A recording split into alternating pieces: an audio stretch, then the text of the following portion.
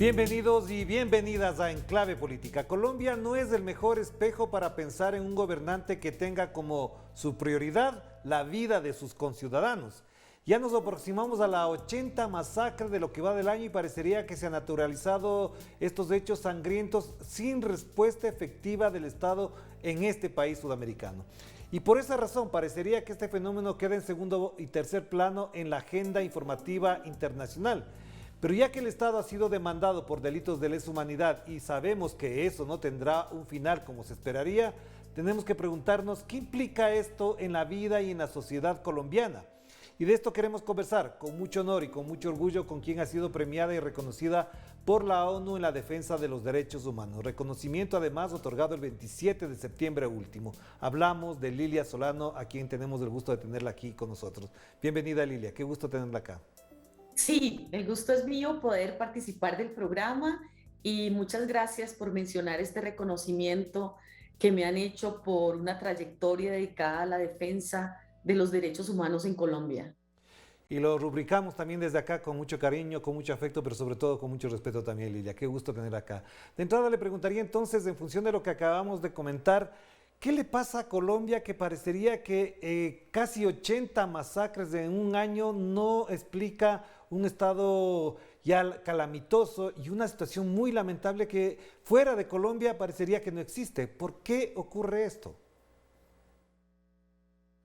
Bueno, Colombia ha vivido largamente una guerra que es una guerra contra la gente, más que un conflicto interno armado. Lo que se vio después de la firma del acuerdo de paz entre la guerrilla y el gobierno es que no era solamente esta confrontación, sino que había algo mucho más profundo, mucho más arraigado, que tenía que ver con el control de los recursos naturales, el control de la economía, el control que los poderes han hecho históricamente de la tierra y por eso el asesinato continuó, ¿no? Se firmó el acuerdo de paz y durante estos 5 años que se cumplen ahora de la firma, asesinato de líderes sociales, ambientales, comunales, persecución a las comunidades. Ahora mismo, el día de ayer, detenciones y judicializaciones de la juventud que estuvo en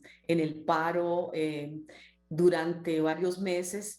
Y lo que vemos entonces es algo de raíz, o sea, es la insistencia a no aceptar un orden en donde los pobres, que son más del 70% de la población del país, puedan hacer un cambio. Y a esta puja por ese cambio han optado por la masacre, por el genocidio, por el asesinato. Y entonces solo en esa clave entiendes de que para evitar las transformaciones han acudido al asesinato y les sigue sirviendo y lo practican una y otra vez y estamos en plena estrategia. Yo lo he comparado con lo que vivió Chile cuando con Allende, cuando toda la sociedad se levantó a decir no queremos una economía de mercado, y yo creo que fue el primer modelo de protesta contra una economía que exigía el sacrificio de la gente y se vino pues toda esta dictadura militar. Acá no tenemos dictadura militar, pero aquí tenemos algo peor porque con el nombre de democracia se legitima el genocidio, la masacre y entonces la comunidad internacional dice no, es una democracia porque tiene elecciones 4 años, cada Claro, 4 años. claro, pero Lilia, aquí hay un elemento que es muy importante además de analizar y siempre insistiremos en aquello. Por ejemplo, se produce un golpe de Estado en Sudán, los militares toman el poder, hay muertos e inmediatamente la comunidad internacional cerca a ese gobierno, con todo derecho, por supuesto, en función de sus intereses. Hay una protesta en otro país y parecería que ya prácticamente lo quieren invadir. En Colombia hay 80 masacres, hay una serie de cosas, no quiero mencionar mucho porque parecería que es redundar sobre lo mismo y no pasa nada en la comunidad internacional. No hay organismo internacional, no hay organismos regionales que digan paren el genocidio en Colombia y hagan algo por la vida de los colombianos, que son tan seres humanos como los de Sudán, como lo son los de Europa o de Norteamérica. Bueno, estos poderes, por ejemplo, en Europa, los poderes representados en Estados Unidos, las grandes fuerzas del poder económico distinguen si es una violencia que no atenta contra sus intereses económicos, la dejan pasar. Pero si es una violencia que directamente podría interpelar sus intereses de poder, sus intereses imperiales, pero también supremamente centrados en el modelo de acumulación de capital, esa violencia ya es imperdonable. Esa violencia hay que castigarla y a eso le apuestan también los organismos internacionales, los gobiernos, el mismo Parlamento Europeo con Colombia, mientras con Colombia puedan sostener tratados de libre comercio y mientras Estados Unidos tenga garantías de que el gobernante de turno va a servir a los intereses geopolíticos, a pesar de las pruebas que ellos tienen de que nos gobiernan los socios del narcotráfico, cuando el mismo Uribe, ellos conocían más que aquí en Colombia los compromisos de Uribe con el narcotráfico, más sin embargo, si este gobernante va y pide la bendición a Washington y le dicen, bueno, si usted se compromete con estos intereses geopolíticos, tenga la bendición. Eso pasa en todos estos poderes que se unen alrededor de la defensa del capital y entonces hay violencias buenas y violencias malas. Violencia buena es, bueno, pueden matarse por allá, pero no toca los intereses económicos nuestros, pero si los toca, entonces ya se convierte en un motivo de que ya no sea una democracia. Claro que sí, muy importante lo que acaba de mencionar. Es un gobierno paria y lo tienen que perseguir como sea. Y ese es el caso, sabemos muy bien de cómo los organismos internacionales se preocupan de unas violencias y de otras no. Claro, pero entonces frente a esto hubo una denuncia y hubo la idea de demandar al Estado por delitos de lesa humanidad, estuvo planteado eso, hasta dónde llega, cuáles son las consecuencias y cuál es el resultado efectivo de la propuesta de demanda que sabemos no se concretó. Sí, bueno, primero que todo, una cosa inconcebible, eh, que la Corte Penal Internacional, después de haber recibido miles y miles de folios documentando la incapacidad que tiene la justicia colombiana de ponerle un fin a la impunidad, durante 17 años la Corte Penal Internacional se dedicó a lo que llamaba el examen preliminar. Imagínate, si preliminar llamas 17 años, el paso siguiente tenía que ser abrir, pues pasar del examen preliminar a abrir el caso y posteriormente al enjuiciamiento al Estado. Pero aquí vuelve y juegan estos temas de la geopolítica, de los intereses de la comunidad internacional, de tal forma que con todas las pruebas, en vez de que la Corte Penal Internacional pasara a la investigación, cerró el caso. Dicen pues las malas lenguas de que hubo un gran lobby del embajador de Colombia en La Haya, hubo apoyo de estas potencias que les interesa pues que Colombia aparezca como una democracia y cerraron el caso, lo cual es una bofetada en la cara de las víctimas que tiene la esperanza de que haya algún tipo de justicia, dado que aquí es imposible que el aparato mismo, comprometido con los poderes mafiosos, vaya realmente a abrir en la historia la posibilidad de ponerle fin a estos gobiernos que gobiernan para los intereses económicos de las transnacionales, para los intereses de terratenientes, para el narcotráfico y de espaldas a su propia gente. Claro, pero para finalizar esta primera parte, Lilia, entonces, ¿esto qué implica en términos legales en el plano internacional? ¿Se cierra la opción de seguir con la demanda? ¿Hay otros caminos, hay otras vías, hay otras instancias? ¿Qué puede hacer la sociedad colombiana, los organismos defensores de derechos humanos para instaurar lo que es evidente, lo que es prácticamente la mayor visibilidad que ha tenido la violación de derechos humanos en Colombia durante las últimas décadas, digámoslo así? Pues lo primero es el reconocimiento de que todas las expectativas que se ponen en estos organismos como la Corte Penal Internacional deben tener un tipo de realismo. Lo que pasa es que en Colombia sufrimos tanto que inventamos como la fantasía de que ahí habría una posibilidad, pero con este portazo en la cara a las víctimas, pues claramente nos dijo que no es una posibilidad. Quiero mencionar un caso que acaba de ser exitoso en la Corte Penal, en la Corte Interamericana de Derechos Humanos. La periodista Ginette Bedoya, que fue violada por paramilitares en la puerta de la cárcel cuando iba a hacer una investigación. Bueno, después de 20 años de que hubiera total impunidad en el caso, ella fue a la Corte Interamericana de Derechos Humanos y ahí por fin ha tenido un fallo a favor una persona. Pero pensemos, por ejemplo, en la Unión Patriótica, que ha llevado por décadas, ya casi 30 años, 25, el caso a la Corte, primero a la Comisión Interamericana de Derechos Humanos, la Comisión Interamericana pasó a la Corte y la Corte falló condenando al Estado colombiano por el genocidio político, mas sin embargo el gobierno colombiano no solo no reconoce, sino que no va a reparar a las víctimas después de décadas.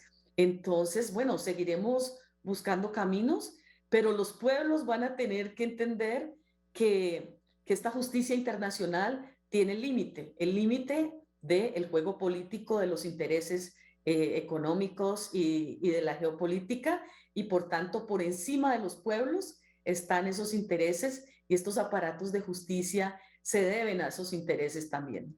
Hagamos la primera pausa entonces, Lilia Solano, y volvamos enseguida para abordar lo que ocurre en estos momentos en Colombia, en una perspectiva además marcada por lo que van a significar las elecciones en ese país. Vamos a la pausa y enseguida volvemos desde Colombia con Lilia Solano, una prestigiosa defensora de los derechos humanos, reconocida mundialmente ahora por la Organización de las Naciones Unidas. Vamos a la pausa.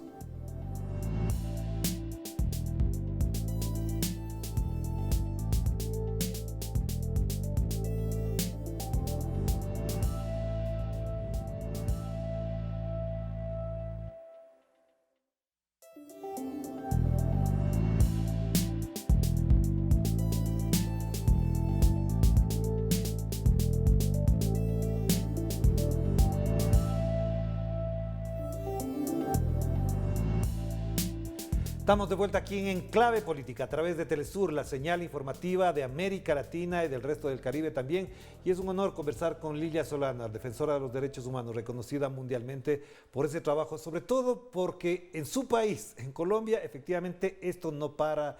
Este reconocimiento habla de que efectivamente se tiene que seguir luchando. Y por eso, Lilia, la pregunta también en esta segunda parte, en función de lo que decíamos en la primera, tiene que ver es hasta dónde la sociedad colombiana también está empoderada en esa defensa. Le digo esto por una consideración que me parece dolorosa verla desde afuera, y es que la élite colombiana, el establecimiento, como ustedes lo llaman, parecería que se desentiende de estos temas, que no son parte de su preocupación, porque un país que viola los derechos humanos, donde hay masacres, tampoco se desarrolla ni económicamente, ni culturalmente, ni tampoco espiritualmente. Sí, mira, yo quiero aprovechar este momento para contarle al público, a todos los que siguen este programa y este canal, de una petición que hice en diferentes reuniones que tuve en Nueva York durante mi visita, que no fueron solamente mi reconocimiento, sino tuve reuniones de carácter de político, reuniones con organizaciones, y yo llevé esta petición. Yo dije, traigo una petición del pueblo colombiano al pueblo norteamericano, al Congreso de la República y obviamente al presidente. Y esa petición es que, por un lado, no acepten más presidentes y gobernantes asociados al narcotráfico que los reciben y que negocian y que trabajan con ellos mano a mano. El pueblo norteamericano que no representa estos intereses de las transnacionales tiene que impedir que aquí nos sigan gobernando narcotraficantes. Segundo, pedir que los fondos que se le dan a Colombia como ayuda militar, que se usan, por ejemplo, para el asesinato de jóvenes que después son presentados como falsos positivos, que se usan para las fumigaciones, que se usan para matar niños en los bombardeos, toda esa plata es parte de la ayuda militar que Estados Unidos, si decimos ayuda entre comillas, le da a los gobiernos, al Estado colombiano, y, y yo creo que quienes pagan impuestos no querrán que sus impuestos terminen sirviendo para el asesinato de niños, de mujeres, de jóvenes, para el asesinato de nadie, porque entonces serían corresponsables del genocidio que vivimos acá. Y levanté con mucha fuerza en diferentes reuniones esta petición, y yo tengo la expectativa que se levante una sociedad civil que sepa que el mundo se ha desarrollado y no puede ser la barbarie que vivimos en Colombia con el apoyo de estos mismos fondos. Y tu pregunta sobre lo que la gente, mira, lo que la gente piensa, aquí llevamos décadas de atraso en los temas de salud, en los temas de educación, privatizados los servicios públicos, sin acceso a la vivienda, la gente en muchos lugares del país no tiene acceso al agua, y todo este atraso corresponde a que se han empeñado en, por ejemplo, que no haya educación. Entonces la gente cómo va a pensar críticamente si tiene que vivir en el día a día, en el rebusque de lo de la comida diaria. Entonces recuperarnos nos va a tomar años. Si nos tomó más de 50 años por fin llegar a un acuerdo de paz que no se cumplió, entonces todo lo que va a tocar tomar, reconstruir este país serán décadas, pero en forma increíble los que tienen el control de la riqueza, de la economía, el control político. Es que aquí quienes eligen presidente, alcalde, gobernador, es esa alianza del gran capital local con el gran capital internacional. Los banqueros se sientan con narcotraficantes, deciden quién va a gobernar, y luego el que gobierna le sirve a los intereses de los que lo eligieron. Entonces, una tragedia que sí podría tener un límite, y que el pueblo desde abajo, desde la juventud, desde los campesinos, las mujeres, los indígenas, los afro, se esfuerzan en cambiar esta realidad, y, y tienen la pared de que, bueno, viene toda la ronda, el asesinato, la desaparición, la estigmatización y la judicialización del liderazgo nacional. Claro, Lilia, pero entonces en función de aquello parecería que entonces no están las elecciones como pensadas, imaginadas o al menos sentidas como la salida, la solución al problema, porque no se encuentran otras vías, no vamos a volver a la guerra, no se va a volver a la guerrilla. Y en esas elecciones tenemos un candidato que va creciendo en las encuestas, que es Gustavo Petro. ¿Cree usted que efectivamente por esa vía, al menos en la primera parte, podría resolverse pacificando al país en bajar las tensiones si es que gana un candidato, un presidente como Gustavo Petro? Mira, aquí hemos anunciado de diferentes formas que, que no hay ninguna transparencia para las elecciones.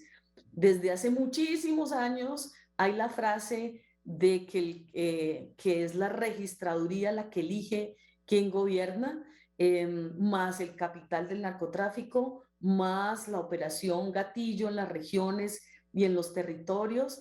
A todo eso la gente sí se está oponiendo y se está organizando para detenerlo, pero recordemos que este gobierno logró tener en sus manos la Fiscalía, la Contraloría, la Defensoría, la Procuraduría, todo el aparato del Estado son sus amigos, como en la mafia, ¿no? Se le da al que es de la banda. Y aquí se maneja como una banda de asaltantes todo el aparato del Estado. Pero hemos advertido que especialmente el software de la registraduría que requeriría una intervención, pues no lo han permitido. Por otro lado, en el Congreso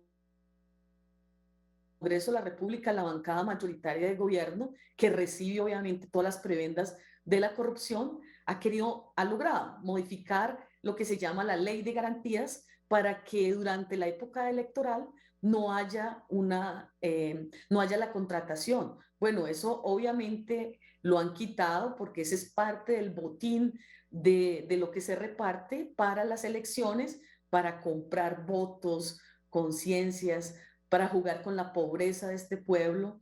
Y entonces nos toca una tarea titánica, y es que contra toda esta estrategia de trampa electoral, pues tenemos que insistir en que hemos optado por ese camino del juego democrático y de la participación política, pero alertando que está en tránsito el robo de estas elecciones, y eso es de frente. Antes era más sutil, escondido, entre comillas, querían aparentar. Ahora no, ahora es de frente, ahora el robo se transmite por televisión.